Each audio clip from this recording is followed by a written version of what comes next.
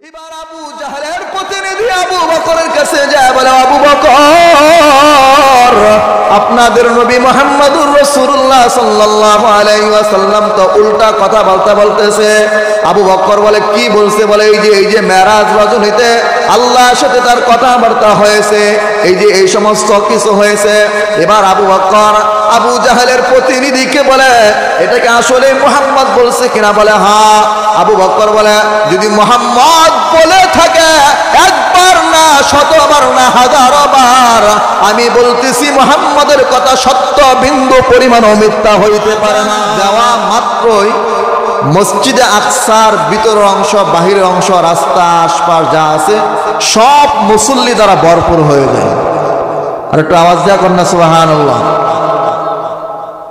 ওই মজলিসের ভিতরে সমস্ত নবীরা ছিলেন, সমস্ত ফেরেশতারা ছিলেন। সমস্ত নবীদের ইচ্ছা যে আজকের এই বিশাল ইমামতি কে করবে। ইব্রাহিম আলাইহিস সালাতু ওয়াস সালাম চিন্তা করতেছে, আমি তো খলিলুল্লাহ, মনে হয় এই ইমামতি আমিই করব। মুসা আলাইহিস সালাতু ওয়াস সালাম চিন্তা করতেছে, আমি তো মুসা কালিমুল্লাহ, এর ইমামতি মনে হয় আমিই করব। কিন্তু সকলের ধারণা, হঠাৎ করিয়া জিবরাইল আমিন আলাইহিস সালাতু ওয়াস সালাম আমাদের নবী মুহাম্মদুর রাসূলুল্লাহ সাল্লাল্লাহু আলাইহি ওয়াসাল্লামের হাত ধরে সামনে আগিয়ে দিলেন ওই বিশাল জামাতের ইমামতি করার জন্য। সুবহানাল্লাহ। আল্লাহ যাকে ইজ্জত দেন দুনিয়ার কেউ ফিরাইতে পারবে? আর জোরে বলেন পারবেন? ওই তো ইজ্জু মান তাশা ওয়া তুযিল্লু মান তাশা বিয়াদিকাল খায়র যালিকা ফাদলুল্লাহি ইউতিহি মান ইয়াশা। আল্লাহ তাআলা জানিয়ে দেন, আমি যাকে ইজ্জত দান করি দুনিয়ার হাজারো মানুষ মিলে তার ইজ্জতকে ঠেকাইতে পারবে না। আর যাকে বেইজ্জতি দান করি, অসম্মানী দান করি, হাজার মানুষও মিলেও তাকে সম্মান দিতে পারবে না। ঠিক কিনা বলেন? আল্লাহর নবী সরদারে দু আলম পয়গম্বর আরবিকে জিবরাইল আমিন আলাইহিস সালাতু ওয়াস সালাম বুরাকের উপর আরোহণ করে প্রথম আসমানে নিয়ে যায়। প্রথম আসমানে নিয়ে যাওয়ার পর জিবরাইল আমিন আলাইহিস সালাতু ওয়াস সালাম প্রথম আসমানের গেট খোলার জন্য বলে, প্রথম আসমানের দায়িত্বশীল ইসমাঈল আলাইহিস সালাতু ওয়াস সালাম, ইসমাঈল আলাইহিস সালাতু ওয়াস সালাম বলে, পরিচয় না দেওয়া পর্যন্ত গেট খোলা যাবে না। জিবরাইল আমিন আলাইহিস সালাতু ওয়াস সালাম বলে, প্রথম আসমানে যেমন তেমন কোন ব্যক্তিকে নিয়ে আসি নাই, এমন একজন ব্যক্তিকে নিয়ে আসছি যিনি হলেন শ্রেষ্ঠ মানবের শ্রেষ্ঠ নবী মুহাম্মদুর রাসূলুল্লাহ সাল্লাল্লাহু আলাইহি ওয়াসাল্লাম। প্রথম আসমানের দায়িত্বশীল ইসমাঈল আলাইহিস সালাতু ওয়াস সালাম প্রথম আসমানের গেট যখন খোলে, মনোযোগ দিয়া শুনেন, প্রথম আসমানের দায়িত্বশীল যিনি, তার অধীনে প্রথম আসমানে 12,000 ফেরেশতা কাজ করেন। আবার ওই 12,000 প্রত্যেকের অধীনে 1 লক্ষ করে ফেরেশতারা কাজ করেন। এবার বুঝেন কতজন ফেরেশতা আজ প্রথম আসমানের ভিতরে আছে। আল্লাহর নবীকে জিবরাইল আমিন আলাইহিস সালাতু ওয়াস সালাম প্রথম আসমানে নিয়ে যায়। প্রথম আসমানে নিয়ে যাওয়ার পর আল্লাহর নবী দেখে বিশাল এক সিংহাসনের ভিতরে পয়গম্বর আদম আলাইহিস সালাতু ওয়াস সালাম বসে আছে। পয়গম্বর আদম আলাইহিস সালাতু ওয়াস সালাম যখন ডান দিকে তাকান হেসে ফেলেন, আবার যখন বাম দিকে তাকান তখন হেসে ফেলেন।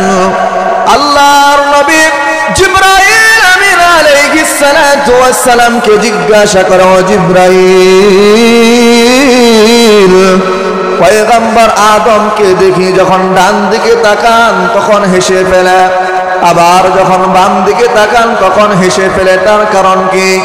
জিবরাইল আমিন আলাইহিস সালাতু ওয়াস সালাম আল্লাহর নবী রাসূলুল্লাহ, ইয়া হাবিবাল্লাহ। পয়গম্বর আদম যখন ডান দিকে তাকান, জান্নাতি মানুষগুলো দেখে দেখে তিনি হেসে দেন, সুবহানাল্লাহ। আর একটু আওয়াজ দিয়া কন্যা সুবহানাল্লাহ। আবার যখন বাম দিকে তাকায়, তখন জাহান্নামী মানুষদেরকে দেখে কেঁদে ফেলেন, কারণ জাহান্নামী মানুষগুলো শাস্তির ভিতরে আছে। এরপরে আল্লাহ নবীকে জিবরাইল আমিন আলাইহিস সালাতু ওয়াস সালাম দ্বিতীয় আসমানে নিয়ে যায়।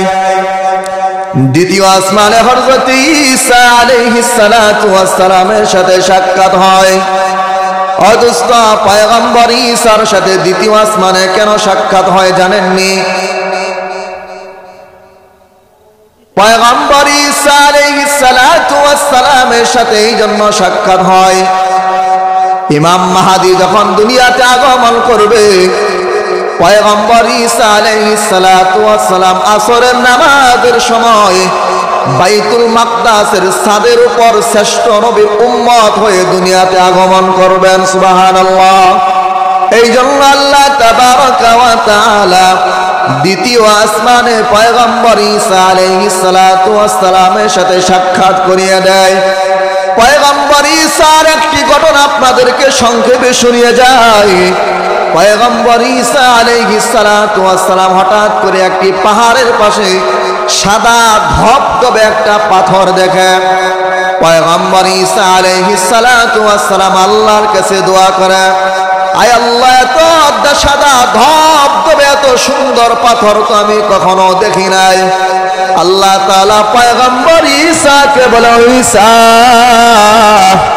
তুমি যে পাথরটা সাদা ধবধবে সুন্দর পাথর দেখতেছ, এই পাথরের ভিতরে আরো সুন্দর জিনিস আছে, পাথরটা ফাটিয়ে ফেলো।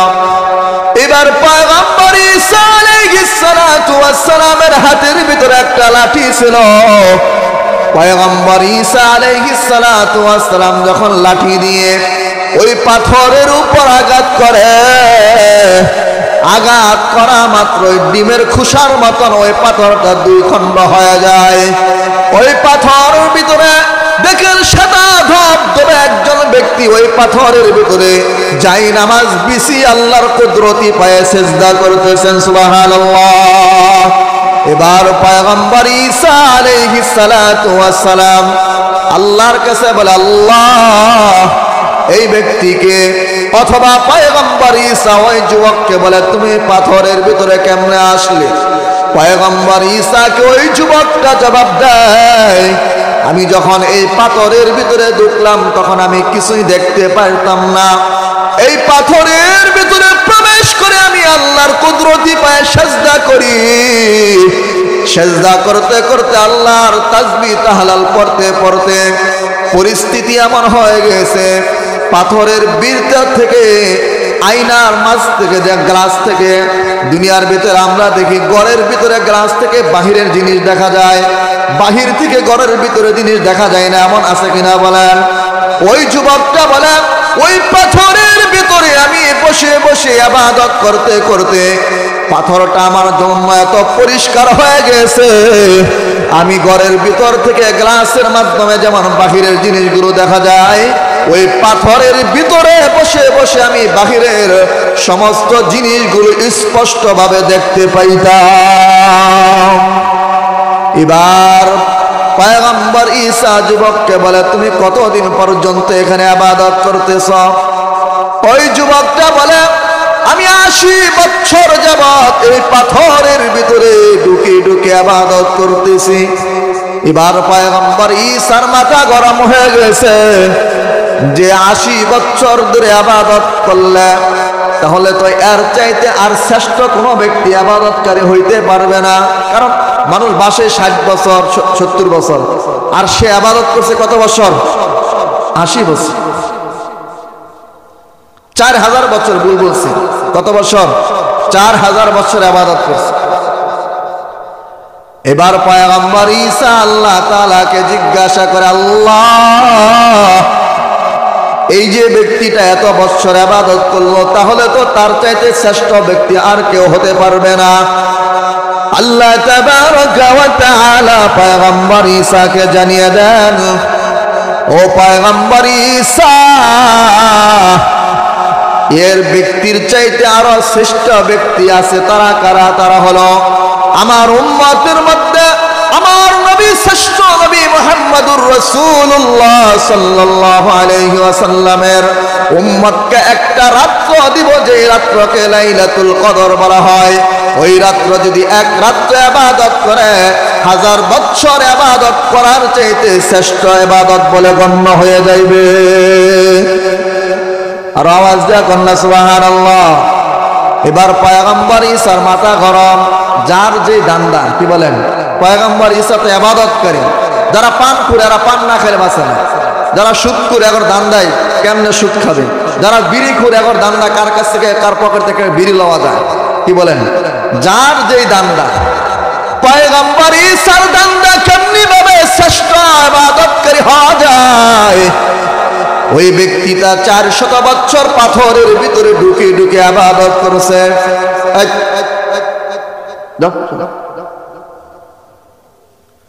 পাথরের ভিতরে বসে বসে ইবাদত করছে। এবার পয়গম্বর ঈসা আলাইহিস সালাতু ওয়াস সালাম আল্লাহর কাছে দোয়া করে, আল্লাহ, আমি ওই নবীর উম্মত হতে চাই। আল্লাহ কয় ফাতাকাব্বালতু বিদুআই, পয়গম্বর ঈসা যাও, আমি তোমার দোয়া কবুল করে শ্রেষ্ঠ নবীর উম্মত বানাইয়া পাঠাবো। সুবহানাল্লাহ। এই জন্য পয়গম্বর ঈসা আলাইহিস সালাতু ওয়াস সালামের সাথে দ্বিতীয় আসমানে আল্লাহর নবীর সাথে সাক্ষাৎ হয়। এটা জানিয়ে দেওয়ার জন্য ইমাম মাহদী যখন আগমন করবে, ওই আগমনের সময় বাইতুল মাকদাসে আসরের নামাজের সময় ঈসা আলাইহিস সালাতু ওয়াস সালাম বাইতুল মাকদাসের ছাদের উপর আগমন করবে, এটা জানিয়ে দেওয়ার জন্য। এরপরে পয়গম্বর আরবি সাল্লাল্লাহু আলাইহি ওয়াসাল্লামকে নিয়ে তৃতীয় আসমানে যাওয়া হয়। তৃতীয় আসমানে আল্লাহর নবী যখন জিবরাইলের মাধ্যমে তৃতীয় আসমানে যায়, তৃতীয় আসমানে যাওয়ার পরে দেখে একজন ব্যক্তি চেয়ারের ভিতরে বসে আছে, যার চেহারা পূর্ণিমার চাঁদের চাইতে সুন্দর। আর সুবহানাল্লাহ বলেন, আর জোরে বলেন না সুবহানাল্লাহ। তিনি হলেন হযরত ইউসুফ আলাইহিস সালাতু ওয়াস সালাম। ওই মেরাজ রজনীতে তৃতীয় আসমানে পয়গম্বর ইউসুফের সাথে এবার আবু জাহলের প্রতিনিধি আবু বকরের কাছে যায়, বলে, আবু বকর, আপনাদের নবী মুহাম্মদুর রাসূলুল্লাহ সাল্লাল্লাহু আলাইহি ওয়াসাল্লাম তো উল্টা কথা বলতেছে। আবু বকর বলে, কি বলছে? বলে, এই যে মেরাজ রজনীতে আল্লাহর সাথে তার কথাবার্তা হয়েছে, এই সমস্ত কিছু হয়েছে। এবার আবু বকর আবু জাহলের প্রতিনিধিকে বলে, এটাকে আসলে মুহাম্মদ বলছে কিনা? বলে, হ্যাঁ। আবু বকর বলে, যদি মুহাম্মদ বলে থাকে, একবার না, শতবার না, 1000 বার, আমি বলতেছি মুহাম্মদের কথা সত্য বিন্দু পরিমাণও মিথ্যা হইতে পারে না। আবু বকর রাদিয়াল্লাহু তাআলা আনহু আসলো। এবার আবু জাহেল আল্লাহর নবীকে বলেন, তোমার যদি এমন কিছু হয়ে থাকে, এমন কিছু দেখেই থাকো, তাহলে একটা প্রশ্ন করি, বলো দেখি, বাইতুল মাকদাসের কতগুলো জানালা আছে, দরজা আছে? আপনারা হঠাৎ করে বলতে পারবেন? কোন বাড়িতে মনে করেন যে আমাদের দেওঘরা মসজিদের কয়টা জানালা আছে, এখানে যদি জিজ্ঞাসা করি, বলতে পারবেন কেউ? এটা পাগলের প্রশ্ন না? বাইতুল মাকদাসের কাবা শরীফের কতগুলো জানালা আছে বলো? আল্লাহর নবী আল্লাহর কাছে দোয়া করতেছে, আল্লাহ, পরীক্ষায় যেন ফেল না করি। এবার আল্লাহর নবীকে আল্লাহ তাবারাকা ওয়া তাআলা এমন ভাবে জানিয়ে দিলেন, আল্লাহর নবী ওই বাইতুল মাকদাসের কাবা শরীফের জানালা দরজাগুলো না দেখে গুনে গুনে বলে ফেলতে শুরু করেছে। সুবহানাল্লাহ। কোনো দেখা নাই, আল্লাহ জানিয়ে দিয়েছেন। এরকম ভাবে দেখতেছে যে এতটা জানালা, এতটা দরজা, এতটা গেট, সব বলে ফেলছে। কে জানিয়ে দিয়েছেন বলেন দেখি? আল্লাহ তাআলা জানিয়ে দিয়েছেন। এবার আবু জাহালকে আল্লাহ নবী বলেন, যদি বিশ্বাস না হয় আমি একটা কথা বলি, আমি যখন সফর থেকে আসি, তোমাদের বাণিজ্যিক 2টা দলকে আমার সাথে সাক্ষাৎ হয়। ওই বাণিজ্যিক দলগুলো তাদের উট রাইখা কোথায় গিয়েছিল, তাদের পানি ছিল, ওই পানিটা আমি পান করে ফেলছি। কিন্তু তারা আয়সা ওই পানি পাই নাই। আরেকটা বাণিজ্যিক দলকে আমি পাইছি, আমার বুরাকের আওয়াজের কারণে ওই বাণিজ্যিক দলগুলোর উটগুলো ছটফট করে মারা যায়। বিশ্বাস না হয় জিজ্ঞাসা করে দেখো। এবার আল্লাহর নবী আবু জাহেলকে বলে, আবু জাহেল, আমার যে পরিমাণ সফরের দূরত্ব ছিল ওই অনুপান করে বলতেছি, তারা বুধবারের দিন, মানে 3 দিন আগে বলতেছে বুধবার দিন সূর্য অস্তমিত হওয়ার আগে, সূর্য ডুবার আগে ওই 2টা দল ফিরে আসবে। বুধবারের দিন কি করবে? সূর্য ডুবার আগে ওই 2টা দল কি হবে? ফিরে আসবে। আবু জাহেল দল বলদেরকে নিয়ে উপস্থিত, মুহাম্মদুর রাসূলুল্লাহ উপস্থিত। বুধবার সন্ধ্যা হয়ে গেছে, সূর্য ডুবার আগে 2টা দল আসবে, এদেরকে জিজ্ঞাসা করবে। 2 দল তো আসে না। মুসলিম শরীফের হাসিয়ার মধ্যে আসছে আল্লাহ তাআলা 3 জন বা 2 জন নবীর জন্য সূর্য চন্দ্রকে থামিয়ে দিয়েছিলেন। সুবহানাল্লাহ। আল্লাহর নবী আবু জাহেলকে বলেছে বুধবার দিন সূর্য ডুবার আগে ওই 2 দল আসবে, যদি না আসে বিপদ না? কি বলেন? আমার কথা বুঝতেছেন তো আপনারা? যদি না আসে বিপদ না? মুহাম্মদুর রাসূলুল্লাহ সাল্লাল্লাহু আলাইহি সাল্লামের কথা মিথ্যা হয়ে যাবে। বুধবার দিন আসরের নামাজের পরে সূর্য অস্তমিত হওয়ার আগে সবাই অপেক্ষা, 2 দল আসবে, কিন্তু 2 দল আসতেছে না। আল্লাহর নবী পেরেশান। সূর্য ডুবার আগে যে কালার হয় ওই কালার হয়ে গেছে, কিন্তু দল 2টা দেখা যায় না। হাদিসের মধ্যে আছে, মুসলিম শরীফের, বুখারী শরীফের হাদিসের মধ্যে আছে, আল্লাহর নবী এবং আবু জাহেল তারা অপেক্ষা আছে 2টা দল আসবে, কিন্তু দল 2টা আসতেছে না। এই মুহূর্তে হয়েছে কি জানেননি? সূর্য ডুবার সময় যে রং হয়ে যায় ওই রং হয়ে গেছে, সূর্য হলুদ বর্ণ হয়ে গেছে, ডুবে যাইবে, কিন্তু দল 2টা আসে না। আল্লাহ তাবারাকা ওয়া তাআলা বলে, আমি আমার নবীকে কখনো বেইজ্জতি করব না। ওই মুহূর্তে আল্লাহ তাআলা সূর্যকে থামিয়ে দেয়। সূর্যের রং যেরকম হওয়ার রং ঠিক তেমনই আছে, কিন্তু সূর্য ডুবে না, সূর্য থামিয়ে গেছে। ওই মুহূর্তে সূর্য থেমে আছে। হঠাৎ করিয়া দেখা দেয় দল 2টা আসতেছে। দল 2টা যখন দেখে ফেলছো সূর্য অটোমেটিক ডুবে যায়। চিৎকার দিয়া কোন সুবহানাল্লাহ। এবার দল 2টা যখন আসলো, দল 2টা আসার পরে আবু জাহেল জিজ্ঞাসা করে, কি ব্যাপার? তোমরা বলে কোথায় গিয়েছিলা? বাণিজ্যের উদ্দেশ্যে। তোমাদের পানি বলে কে খেয়ে ফেলছে? তোমরা আয়েশা বলে পানি পাও নাই। কথা সত্য। ওইটা কে বলছে? ওই যে মুহাম্মদুর রাসূলুল্লাহ বলেছে। সুবহানাল্লাহ। কোন ওই বাণিজ্যিক দল বলে হ্যাঁ মুহাম্মাদের কথা সত্য। ওই বাণিজ্যিক দলগুলোর ভিতরে যারা ছিল সবাই আল্লাহর নবীর হাতে হাত মিলে কালেমা পড়ে মুসলমান হয়ে যায়। 2 নম্বর দলের কথা কি বলেছিল? যে আমার বুরাকের আওয়াজের কারণে তাদের উটগুলো ছটফট করে মারা গিয়েছিল। 2 নম্বর দলকে জিজ্ঞাসা করে আসলে কথা সত্য কিনা? হ্যাঁ, একটা আওয়াজের কারণে আমাদের উটগুলো ছটফট করে মারা গিয়েছিল। কথা সত্য কিনা? বলে হ্যাঁ সত্য। কে বলেছে? মুহাম্মদ বলেছে। ওই 2 নম্বর দলের লোকের মধ্যে যারা ছিল তারা বলে আমরা আর দেরি করব না, মুহাম্মদকে আমরা দেখতে পাই না, কিন্তু ঘটনা যা বলেছে তা সত্য বলেছে, মিথ্যা বলে না। আমরা তার হাতে হাত মিলে কালেমা পড়ে মুসলমান হয়ে যাইব। আর চিৎকার যা করেন না সুবহানাল্লাহ, আর জোরে বলেন না সুবহানাল্লাহ।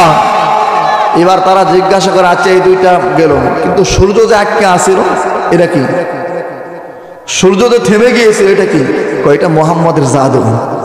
এটা মুহাম্মদের কি? জাদু। আসলে হেদায়েত না থাকলে হাজারো প্রমাণ দিলে কোনো লাভ হবে না। হাজারো প্রমাণ দিলে কি হবে না? লাভ হবে না। যাই হোক, আপনাদের সামনে আমি কিছু আলোচনা করলাম সংক্ষেপে। কথাগুলো বুঝছি তো আমরা ইনশাল্লাহ?